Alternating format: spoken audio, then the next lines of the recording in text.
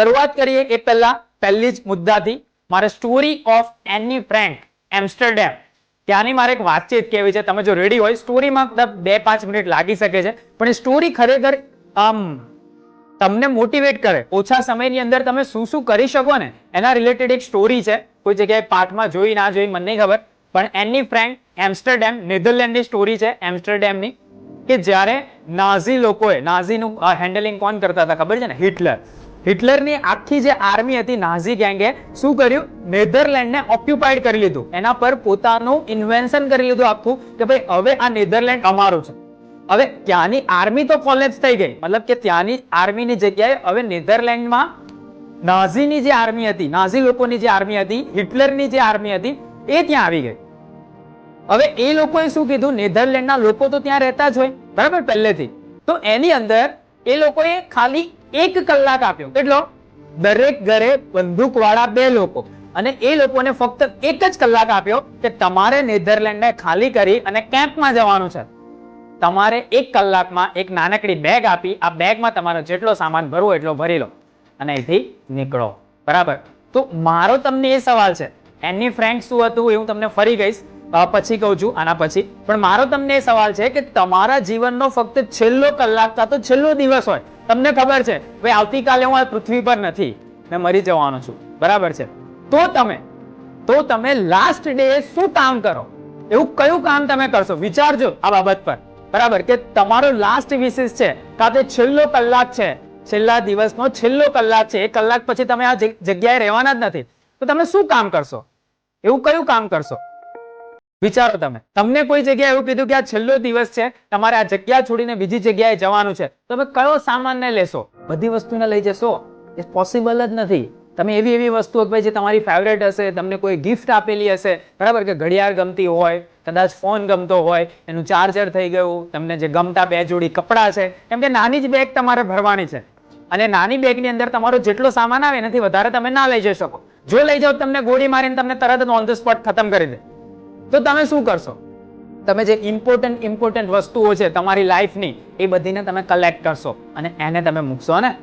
એ જ વસ્તુ દરેક જણ કરશે, ઇવન કોઈ બી હ્યુમન બીંગ હોય આ જ વસ્તુને કરશે.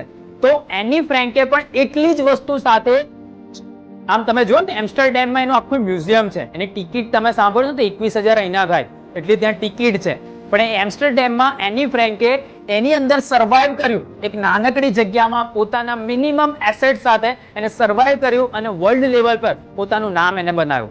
એની ફ્રેન્ક જીવિત રહી હતી. નેધરલેન્ડના ઘણા બધા લોકો એ વખતે મરી ગયા હતા નાઝી લોકોના એની અંદર, પણ આને એક નાની છોકરી તરીકે એક રૂમની અંદર એ રહી, હંતાયેલી રહી, બરાબર, સંતાયેલી રહે ને, સંતાયેલી રહી, ત્યાં મિનિમમ સાધન સાથે એને પોતાનું આખું જીવન ગુજાર્યું, બરાબર, અને પોતાનું નામ બનાવ્યું. તો અહીંયા એ જ વસ્તુ છે કે ભાઈ how to cover syllabus in less time. ઓછા સમયમાં તમારે આખો સિલેબસ કવર કરવો છે, બરાબર છે, તો તમે આખા સિલેબસને તો એમ પણ કવર નહીં કરી શકો, કેમ કે સમય જ ઓછો છે. હવે ઓછો સમય છે તો તમે એવું કંઈક કરી શકો કે જે ખરેખર ઇમ્પોર્ટન્ટ હોય. તમે એવી કંઈક ટેકનિક અપનાવી શકો કે જે ખરેખર તમારા માટે કામ કરે. એની ફ્રેન્ક માટે થઈ કામ થઈ, નેધરલેન્ડના અમુક લોકો માટે કામ કરી ગઈ, બરાબર. ભલે હિટલરનું આખું ત્યાં સૈન્ય પહોંચી ગયું હતું, છતાં પણ એ લોકો સર્વાઈવ કર્યું, એ લોકો જીવ્યા, બરાબર.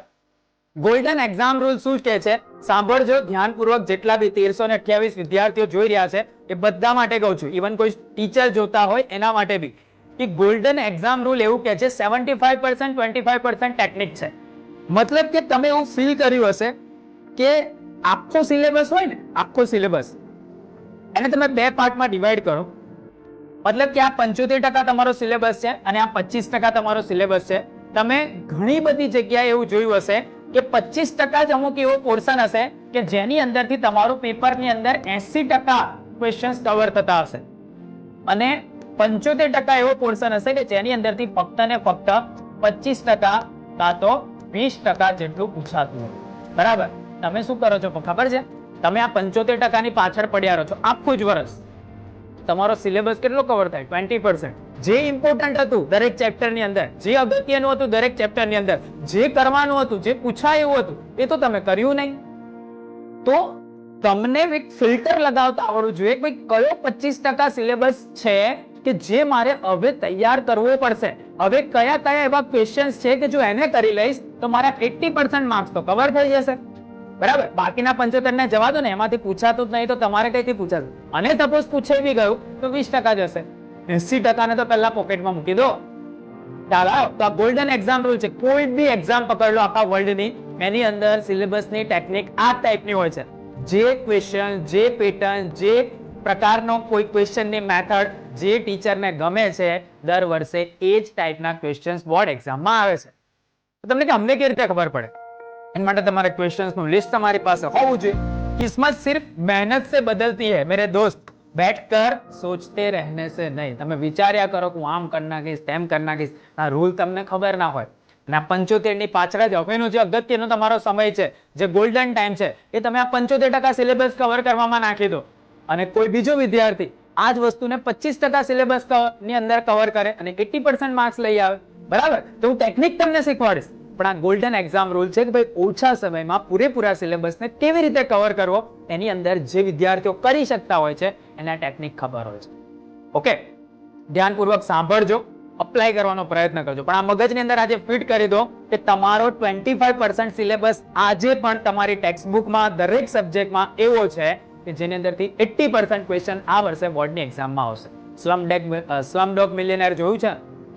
એ છોકરાને આખા જીવનની અંદર એની પાસે એવી એવી ઘટનાઓ બનેલી હોય છે કે એને ફક્ત એ જ 15 ક્વેશ્ચન આવડતા હોય છે કે જે કોણ બનેગા કરોડપતિમાં અનિલ કપૂર પૂછે છે. મૂવી છે, મૂવીની અંદર અનિલ કપૂર સામે હોસ્ટ તરીકે હોય છે, અમિતાભ બચ્ચન નથી હોતા.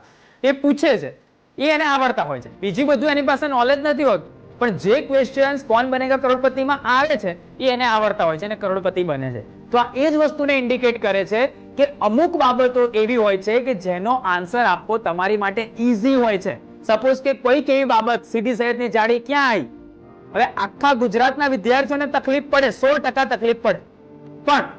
પણ જે છોકરો અમદાવાદમાં રહેતો હોય ને એને ખબર હોય સીદી સૈયદની જાળી બાજુ તો છે. સાચી વાત ને? તમે વિચારો કે ભાઈ સ્ટેચ્યુ ઓફ યુનિટી કઈ નદીના કિનારે છે, તો બની શકે કે આખા ગુજરાતના બધા વિદ્યાર્થીઓને તકલીફ પડે એનો જવાબ આપવામાં. પણ જે છોકરો નર્મદાની કિનારે રહેતો હોય એને ખબર જ છે, હવાર ઉઠીને બહાર તો દેખાતું હોય. ખ્યાલ આવ્યો? તો એની માટે એક ક્વેશ્ચનનો આન્સર રટવો ઈઝી છે. એને માટે એને કઈ યાદ રાખવાની જરૂર નથી પડતું. તમારા ઘરનું એડ્રેસ તમારે યાદ રાખવાની જરૂર નથી પડતી. તો એના જેવું જ છે કે આ 25% સિલેબસને તમે એટલો જબરજસ્ત તૈયાર કરો કે તમારા 80% સિક્યોર થઈ જાય. તમારા એક્ઝામની અંદર એડ જ થઈ જાય 80%. તમે કરી શકો છો. બરાબર, પણ આ રૂલ્સ યાદ રાખજો કે golden exam rule 75% 25% technique. Okay, note down કરતા જજો તો તમને આઈડિયા